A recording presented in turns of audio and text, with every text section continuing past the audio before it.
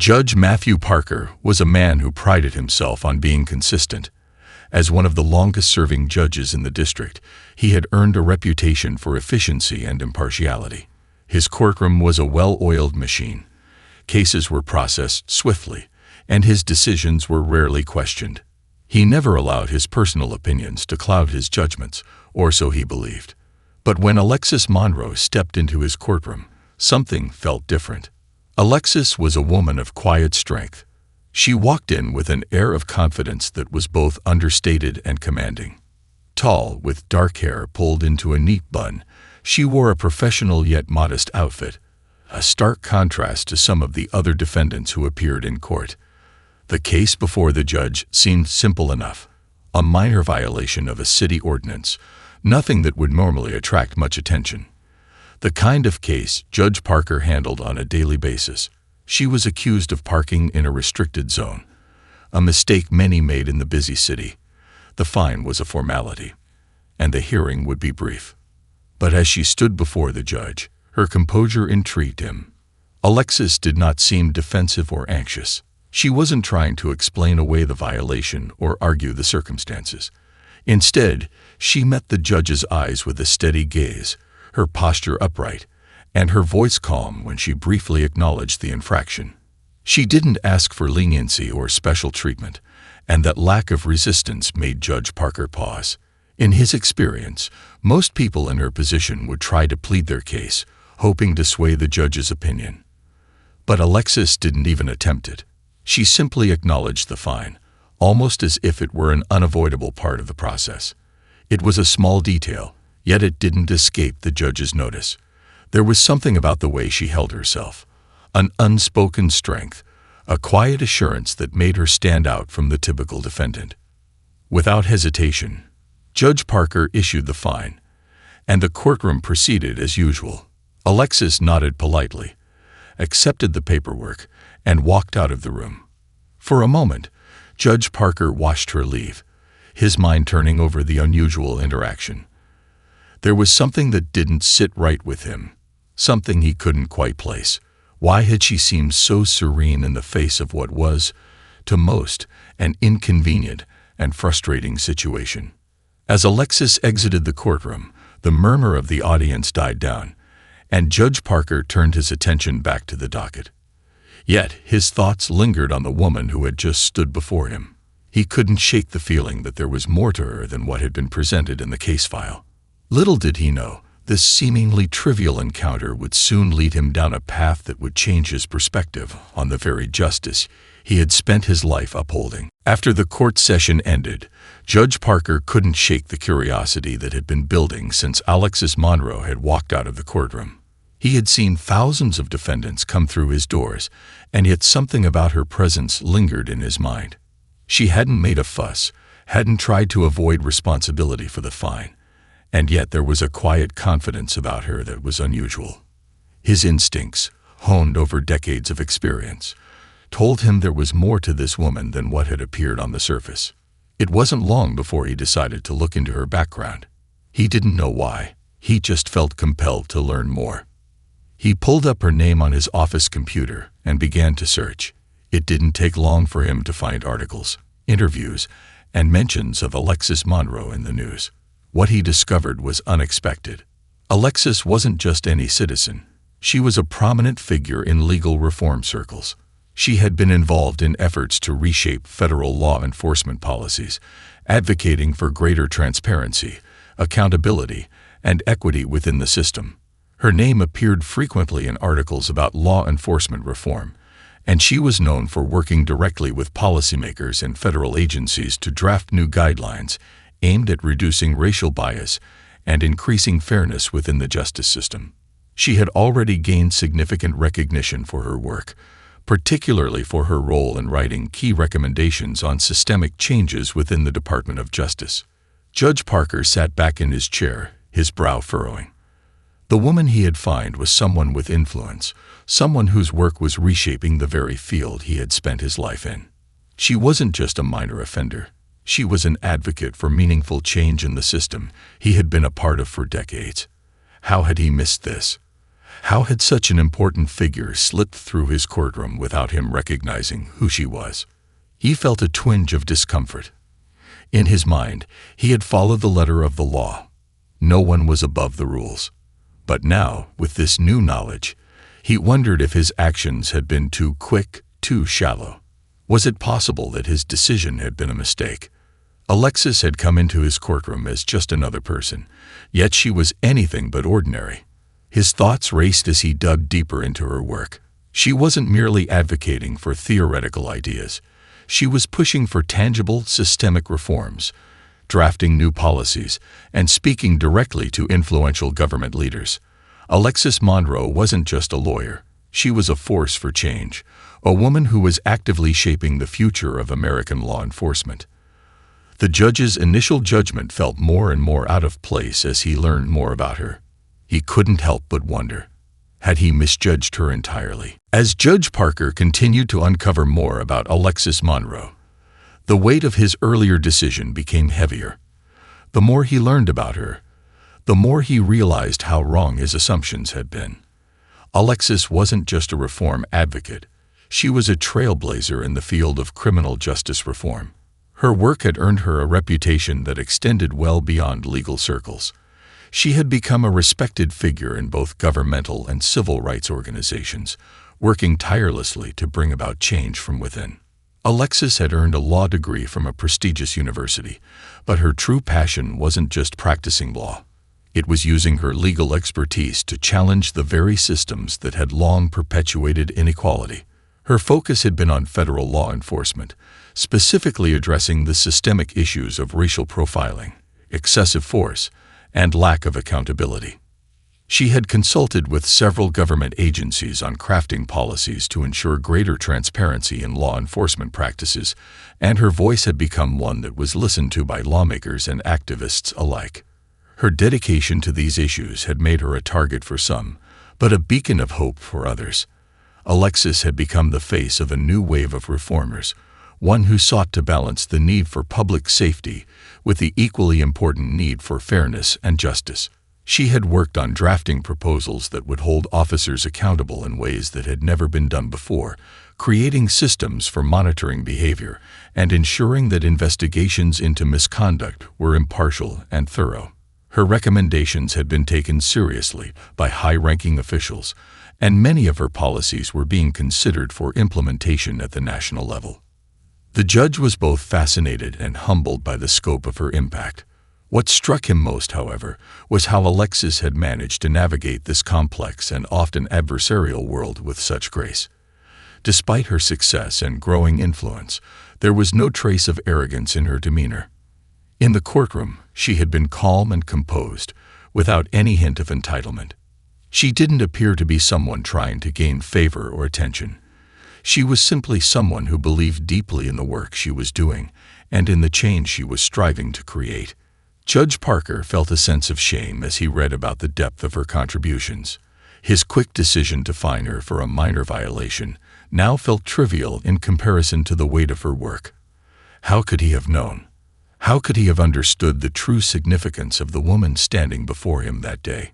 He had seen Alexis Monroe as just another case, another name on the docket, but now, after learning about her history and her efforts, he realized that he had made a grave oversight. As the judge continued to reflect, a growing sense of respect began to take root.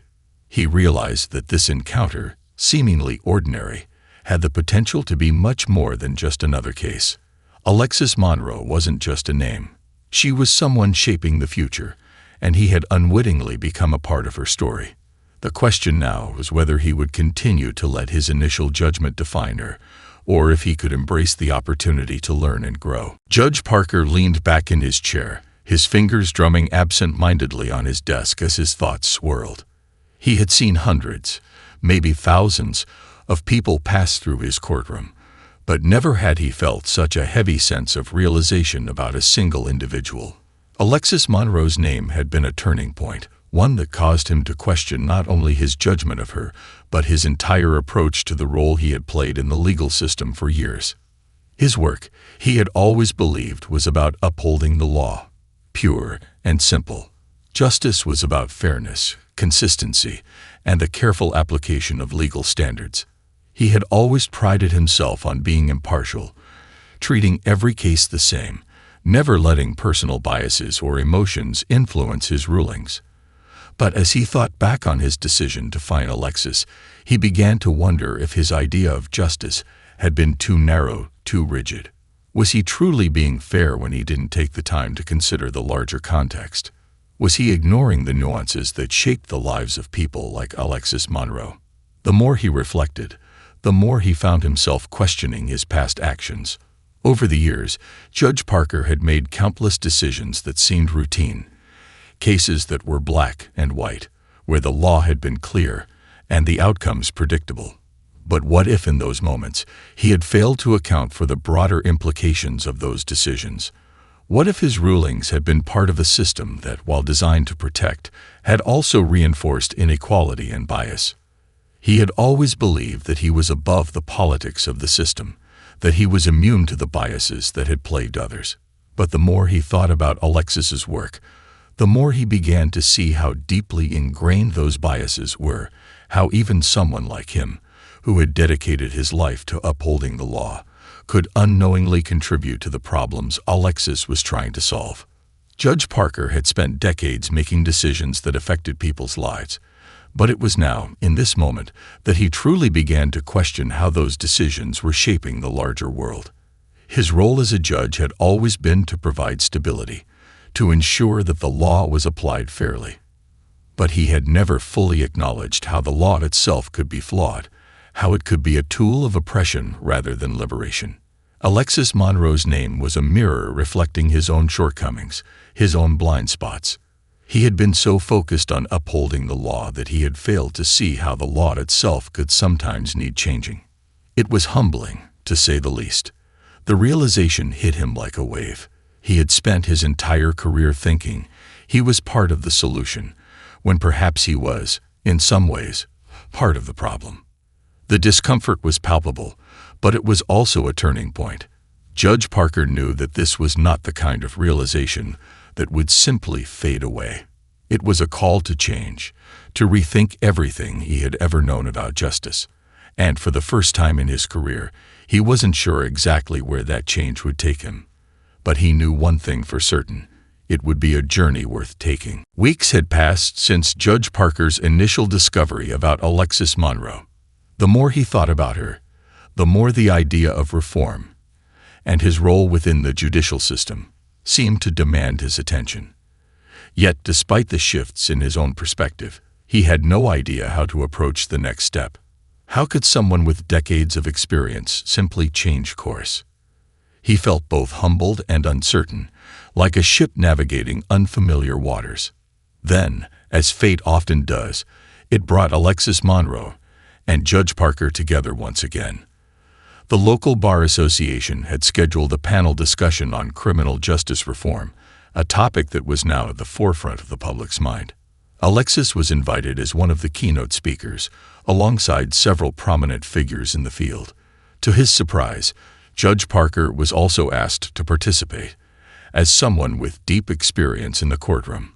It was an event that promised to be lively and perhaps contentious, where opinions would clash, but hopefully, where constructive dialogue would emerge.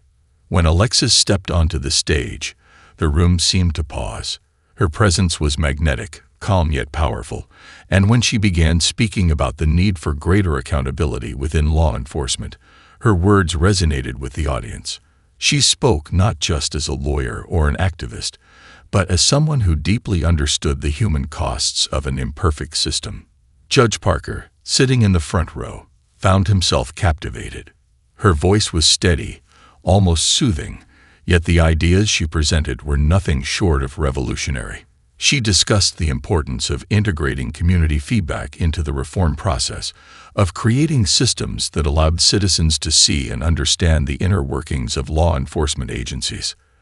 Alexis spoke with such clarity that it was impossible to deny the depth of her knowledge and the urgency of her mission. For Judge Parker, it was a revelation. He had always believed in the integrity of the system, but hearing Alexis speak made him realize how much of the system he had taken for granted.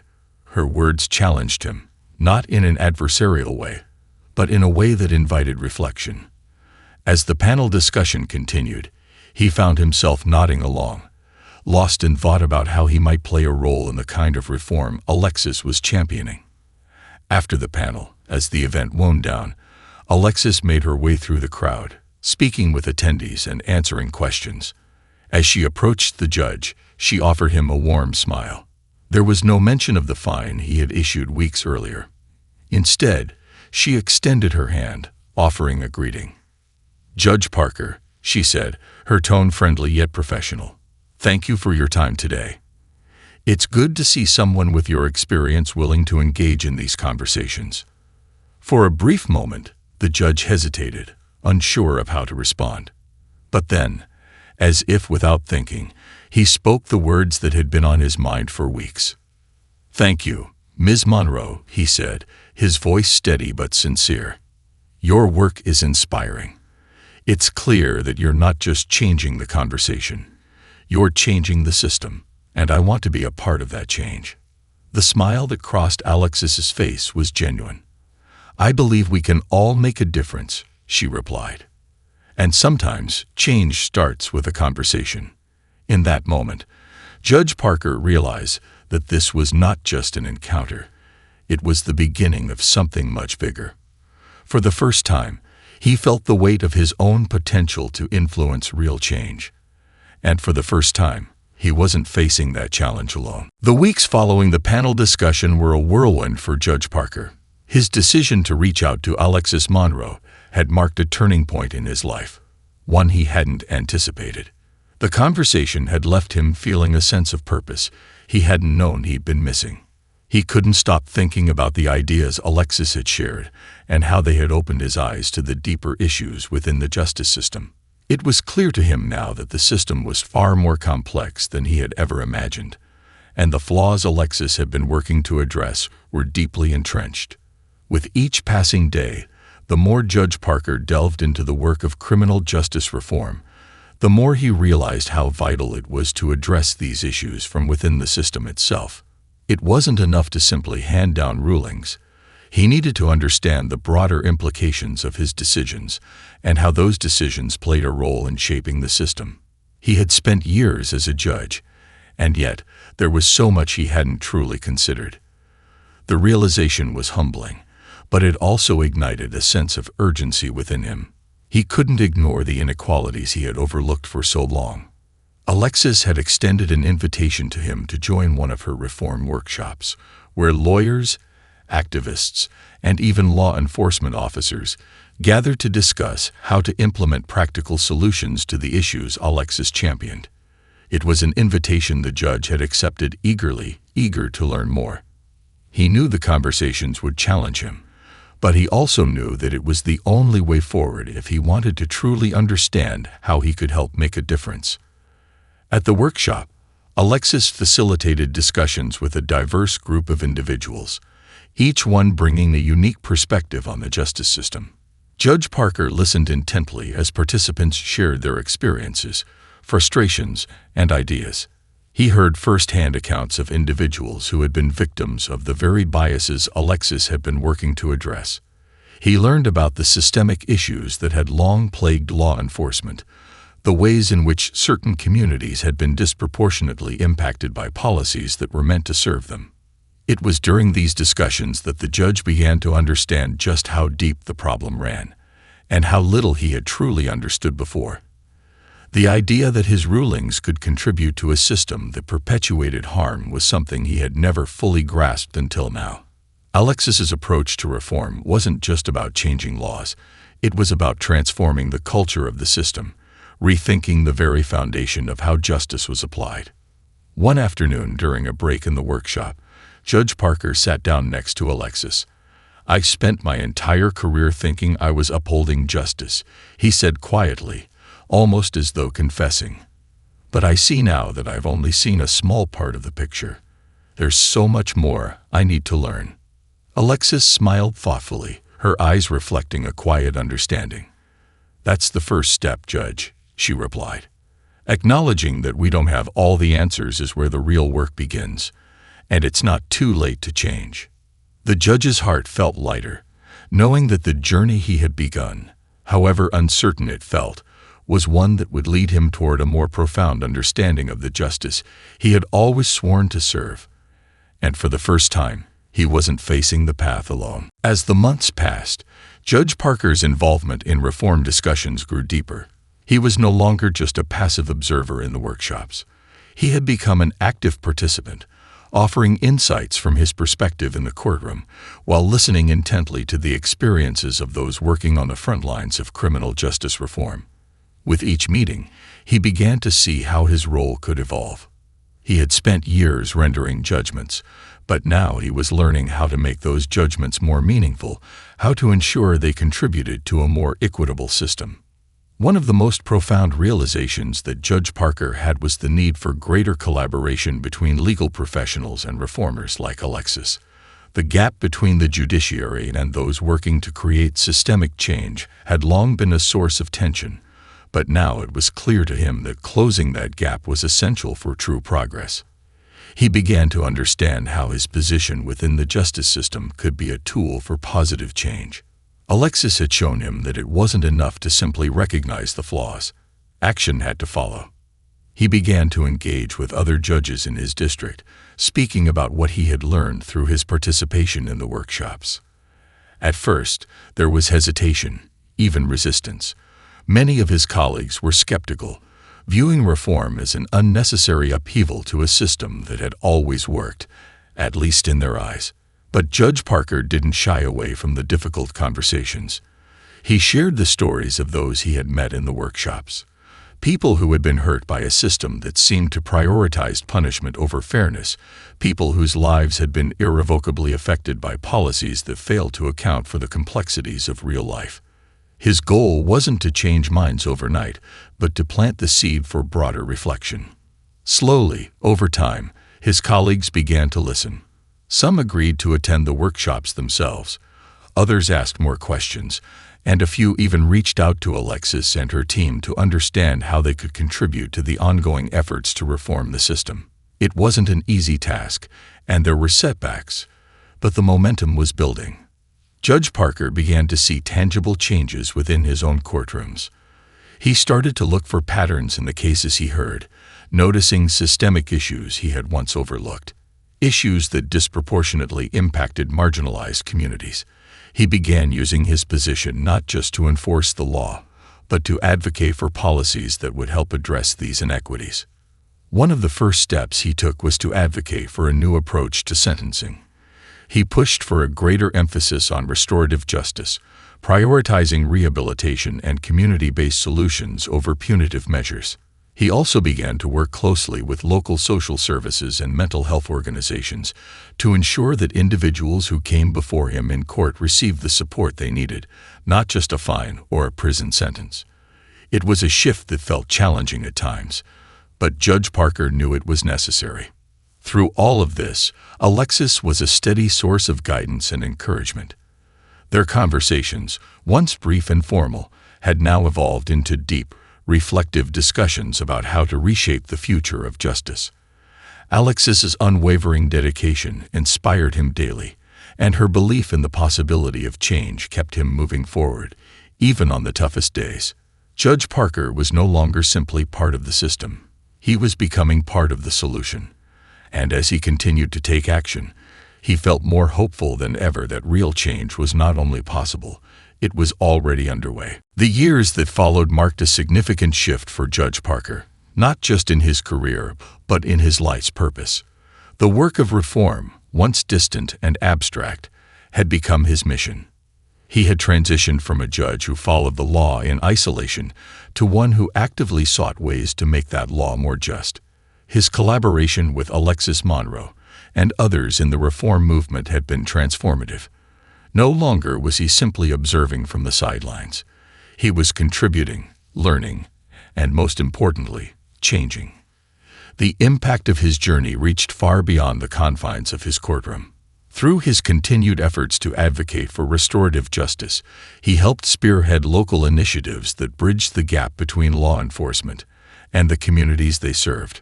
Programs that prioritize rehabilitation, mental health support, and community engagement began to take root in the region. And while progress was gradual, the seeds of change were undeniable. Alexis, too, saw her own influence grow as her work intertwined with Judge Parker's.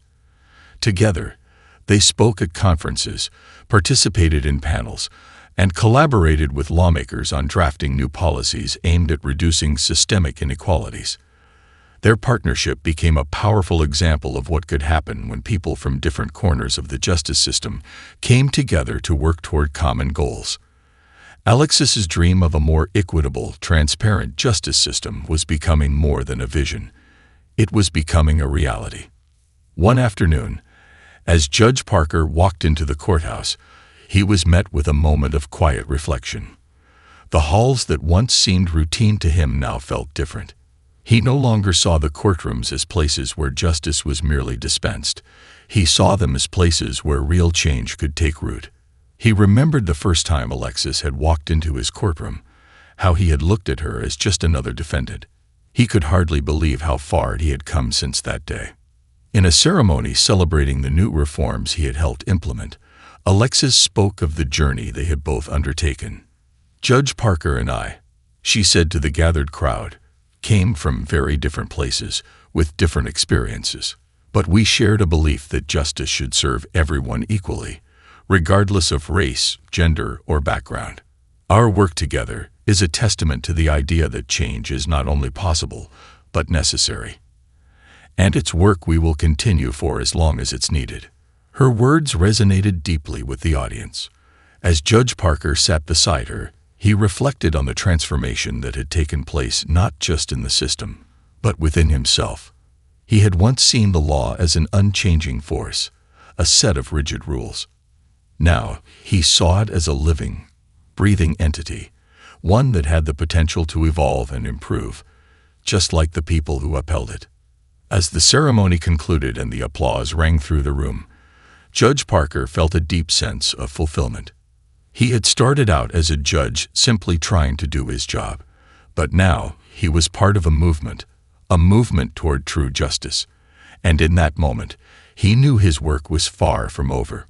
There was always more to be done, always more progress to be made. But for the first time, he was certain that the path he had chosen was the right one. Together, with Alexis and others who believed in reform, Judge Parker was ready to continue the journey, one that would create lasting change, not only in the justice system, but in the lives of those it was meant to serve. It was a new beginning, and the future looked brighter than ever.